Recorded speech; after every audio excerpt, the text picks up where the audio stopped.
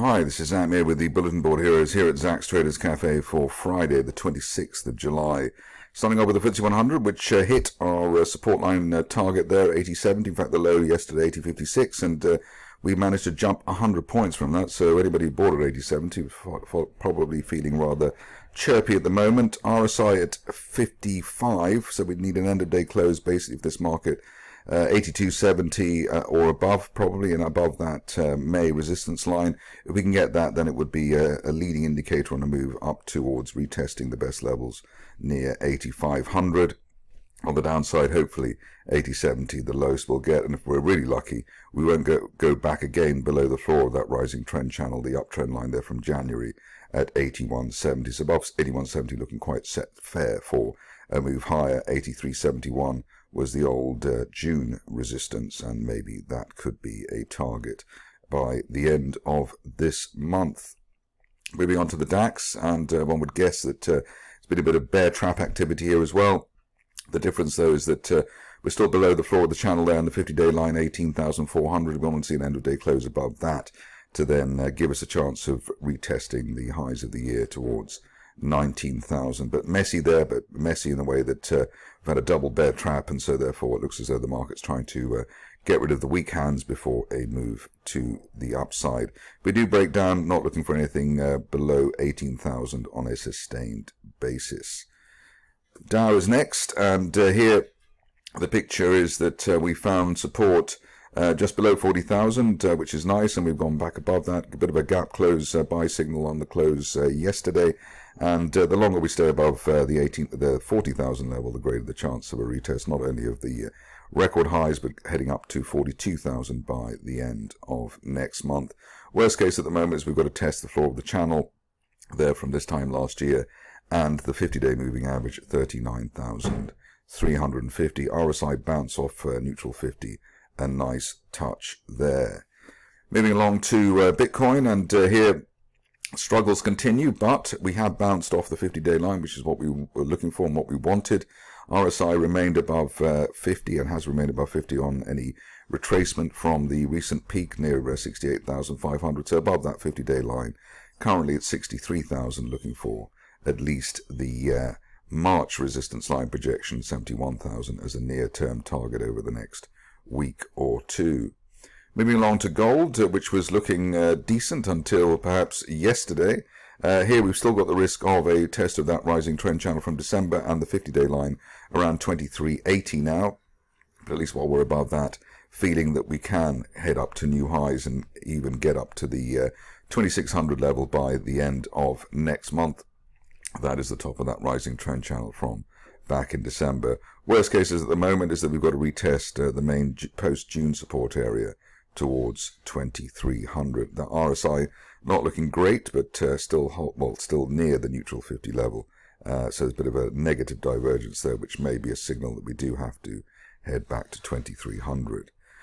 Moving on to the stocks, and starting off with our old friend Avacta here. The message was that we didn't want the shares to go back below 63 pence, which was the previous. They've got a higher low in place now. I suppose there's a line of resistance there from the peak earlier this month. I want to see an end of day close above that, which is around the 72 pence level, which we're doing that at the moment.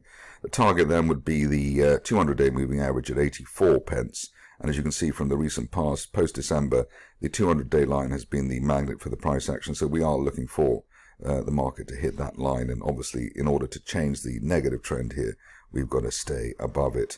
At this stage, early and end of day close back below 64 pence suggests that the June-July rally has run its course, but you can see that even on the retracements, the RSI is still above neutral 50. In fact, it's still at 60, which is encouraging. On to alpha growth, rather, and here picture is that we bounced above a rising 200-day line. That tends to be a leading indicator on the upside. Looking for a retest of the main resistance here at 2.3 pence, and hopefully by the end of next month, if the double bounce above the 200-day line since May is a correct signal, then we would get up to 3 pence by the end of next month. You could argue that we've already broken that line of resistance there from back in May, and the 50-day line around 1 3/4 pence, and above that we are heading higher. On to EQTEC, which is one of my early bird situations. Sometimes the early bird thing is a false dawn, but in this case, looking for the shares to make progress within a rising trend channel base. What's interesting here is that we gapped down earlier in the month, and we've gapped up today, and we've also got a gap through the 50-day line, which when it starts to rise will hopefully give us a move towards the top of that channel there at 2.3 pence, but worth keeping an eye on that, given though it looks as though we are bumping along the bottom and the RSI has broken the neutral 50 level. Obviously, we don't want to see any price action now back below 1.2 pence on a mid-close basis.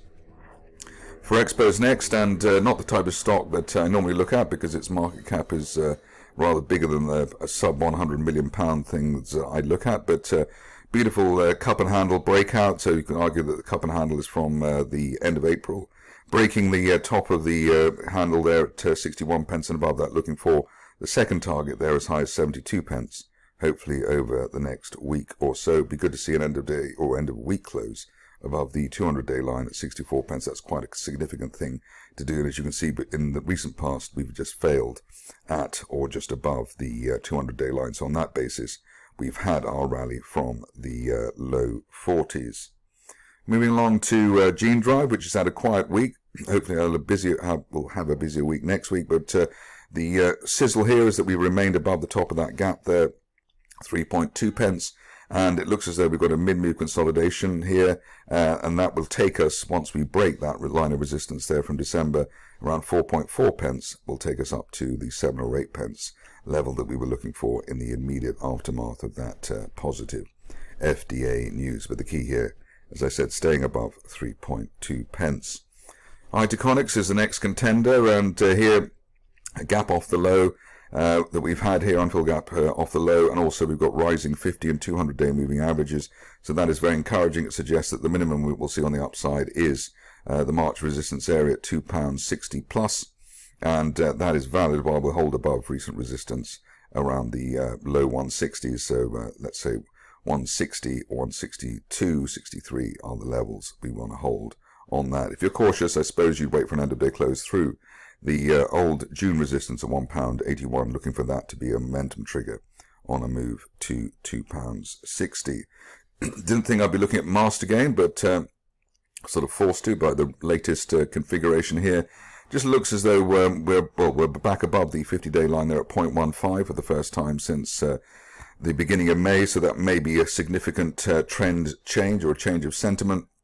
Initial target here, the top of that broadening triangle at 0.21, but obviously this stock is certainly not for widows and orphans and may have created one or two in its recent past. Ideally, there's no breakback below 0.13 and recent neckline resistance. Moving on to Ocado, which has a special place in my heart, largely because I think everyone's waiting for it to make a proper profit, but here we've seen the shares with after a bit of jiggery pokery around the 50-day moving average earlier in the month, heading for a first target there at £4.54. Second target, which is the best case scenario, would be £5.50 by the end of next month, although it's sort of slightly difficult to work out what would do that, but we have broken that old May resistance of £4.15, and the longer we stay above that, the greater the chance of a move to £5.50 plus over the near term. Onto the stock of the moment, which is Pennpetro.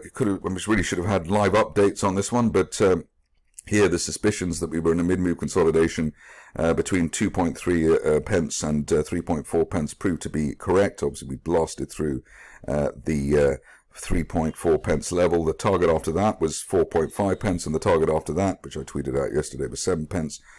Final target on the near term, 8.9 pence, which is the resistance line projection from back in January 2023. Obviously, the shares have changed since then. But if you're a fan of the shares and looking for the ultimate reward here, it would be the old support there, around 15 pence from 2022. But I think at the moment, just looking for the shares to remain above 7 pence would be the goal, and to retest the area up towards 9 pence. You've got the 50 and 200-day moving average rising, and that suggests that we're about a week or so away from a golden cross. And obviously, as I always say, the run up to a golden cross tends to be the strongest part in the cycle. Moving along to a stock which is just new for the market today, just worth, I think, noting. It's up 18% in a sort of notional way. Rome Resources. We've gapped higher today, which hopefully is a sign that there will be some follow-through on the first day of dealings. Let's see if Rome Resources can be one of the more successful new listings, a bit like Helix and others that we've had over the recent past. Moving along to Surgical Innovations, which has been covered here of late, and we've retested our first target there at 0.83. Above that, looking for the shares to head as high as 1.4 pence by the end of next month. Obviously, we've got that double top there at 0.9, so some people might want to wait for that to break before assuming that 1.4 pence is on its way by the end of next month. We've had a good run with Skinbio, and here, rising trend channel base. We had a little bull flag consolidation. Looks like we're going to break out and head up to 15 pence, which is the top of that rising trend channel from back in January. The 50-day line rising now, and also the shares finding support well above the 50-day line and well above the previous May-June resistance at 10.5 pence. So a nice setup there.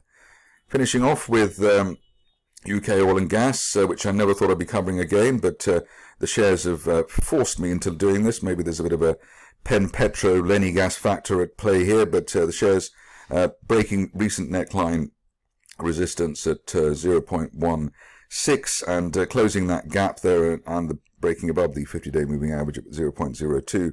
We're looking for the top of that broadening triangle there from back in April at 0.047. And hoping that that could be hit over the next couple of weeks. But quite a turnaround there, backed by the gap fill and also the ongoing uptrend line in the RSI window. So bullish divergence there. Lower price lows, but higher RSI trace. So this may be at least an intermediate rally, fundraisers, etc. notwithstanding. Finishing off with Upland, which has obviously been one of the worst rug pulls of the year to date. In fact, one of the worst rug pulls since the rug pull that we had back in October with Upland. Current situation is that we're in a holding pattern here between a penny and also yesterday's high at 1.52 pence. Really want to see an end-of-day close above that to give the shares a chance of heading up to the broken support line projection from back in December, which is around 1.9 pence. But a bit of a pinball situation between a penny and 1.5 pence, and at the moment, given the fundamental lay of the land, difficult to say which way this is going to go. We've got the 50 and 200-day lines both falling, so can't rule out a final leg down below a penny, which hopefully would then be the rebound zone. You can see that on the way up back in July last year, 0.8 pence was the resistance. Maybe that will be sought out as new support if we can't crack 1.5 pence on an end-of-day close basis over the next session or two. That's it for me today. More updates over the weekend.